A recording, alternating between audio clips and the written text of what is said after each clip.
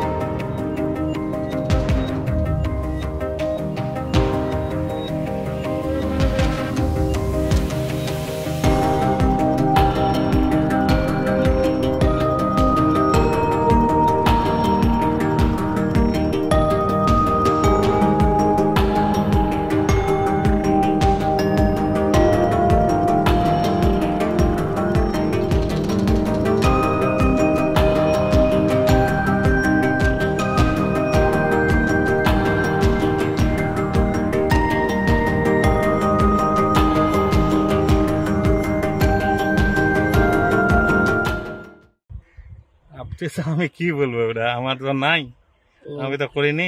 ওইটা কি করছে? এটা ওই গ্রামের লোক করছে, ইসলামপুরের লোক করছে। তিস্তার পারে? হ্যাঁ, তিস্তার পারে। কয়জন লোক মিলে করছে? হ্যাঁ, মোটামুটি 2-3 জন আছে এখানে। 2-3 জন মিলে করছে। জায়গাটা তো ফাঁকা জায়গা। হ্যাঁ, ফাঁকা জায়গা। ও খাতার আছে, খাতা লিছে। ও তিস্তার আছে? তিস্তার কিছু সমান আছে। তিস্তার আছে। কি কাজ করে ওখানে? ওখানে এই ছেলেগুলা স্কুল পড়ায় তো, পড়ে বাচ্চা ছেলেগুলা গায়ে স্কুল বলে না। এদিকে কি বলে লাকড়ি বানাইছে একজন? হ্যাঁ, এটা ফ্যাক্টরি বার হয়েছে। এটা ফ্যাক্টরি? হ্যাঁ, টস ফ্যাক্টরি। টস ফ্যাক্টরি অনেক জায়গায় হচ্ছে এখন তিস্তার জমিতে, না দাদা? ঠিক। রামগঞ্জ পাশে ক্যানেলের উপরে জমি দখল করে ফ্যাক্টরি হচ্ছে, লোকজন বসবাস করতেছে, এই সম্বন্ধে কি বলবেন?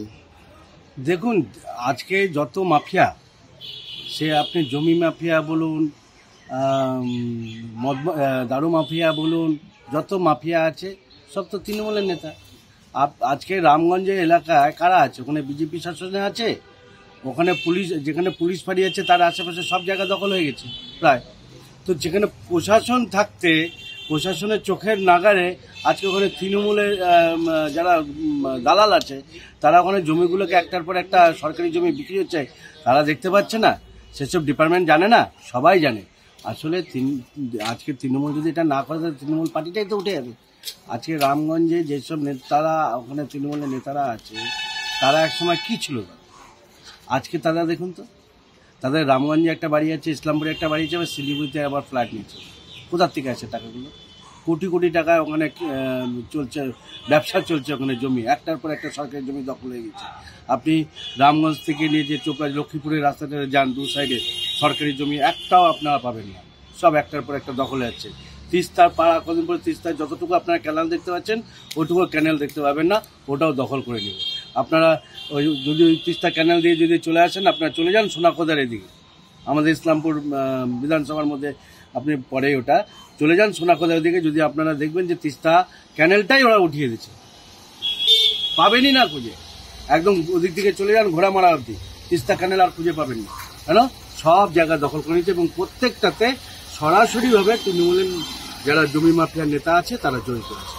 এবং এটা তৃণমূলের উচ্চ স্তরের নেতা থেকে আরম্ভ করে সবাই কাটমানিটা প্রত্যেকের কাছেই যাচ্ছে, যার জন্য এরা মুখে কুলু পেটে বসে আছে।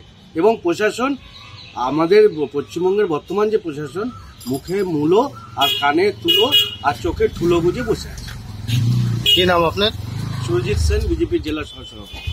বলতেছি কি, রামগঞ্জ এরিয়াতে ক্যানেলের উপরে, ক্যানেলের পাশে জমি দখল হচ্ছে, দখল করে স্কুল হচ্ছে, ফ্যাক্টরি হচ্ছে, বাড়িঘর হচ্ছে, এ সম্বন্ধে কি বলবেন? দেখুন, আমরাও শুনেছি, কালকেও একটা চ্যানেল যোগাযোগ করেছিল যে কিছু লোক আছে যারা ক্যানেলের, যেটা তিস্তার প্রজেক্টের জমি, ওই জমিতে বাড়িঘর করছে বা বিক্রি করছে, ব্যবসা করছে।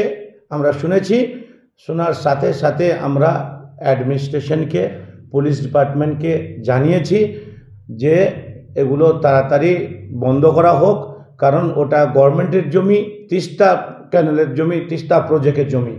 এই যে বলছে বিরোধীরা যে তৃণমূল পার্টির লোক জড়িত আছে বা নেতা জড়িত আছে, এটা সরাসরি মিথ্যা কথা। কারণ ওখানে কিছু জমি মাফিয়া আছে, কিছু এজেন্ট আছে, কিছু দালাল আছে, যারা ওরা ব্যবসা করে খাচ্ছে নিজের স্বার্থের জন্য, নিজে ইনকাম করার জন্য এগুলো করছে। তো আমি এটা বলতে পারি আপনার চ্যানেলের মাধ্যমে যে কিছু এজেন্ট আর কিছু মাফিয়া, জমি মাফিয়া, ল্যান্ড মাফিয়া যারা আছে ওরা এগুলো করছে, আমরাও শুনেছি। আর আমরা অ্যাডমিনিস্ট্রেশনকে জানিয়েছি, দরকার পড়লে আমরা অ্যাডমিনিস্ট্রেশনকে রিকোয়েস্ট করব যে যেখানে যেখানে, যেমন রামগঞ্জ এলাকায় বা ইসলামপুরের সোনাখুদা এলাকায় এরকম কথা শোনা যাচ্ছে, পুলিশ তাড়াতাড়ি ওটা অ্যাকশন নেবে আর ওটা বন্ধ করা হবে। আপনার নাম? Doctor Sadikul Islam, chairman Inquilab foundation and Trinamool নেতা। রামগঞ্জের কাছে ক্যানেলের পাশে যে সরকারি জমি আছে ওটা দখল করে লোকজন বাড়ি ঘর করতেছে, কেউ কোচিং সেন্টার চালাচ্ছে, কোনো ফ্যাক্টরি বসছে, ওই সম্বন্ধে কি বলবেন আপনি?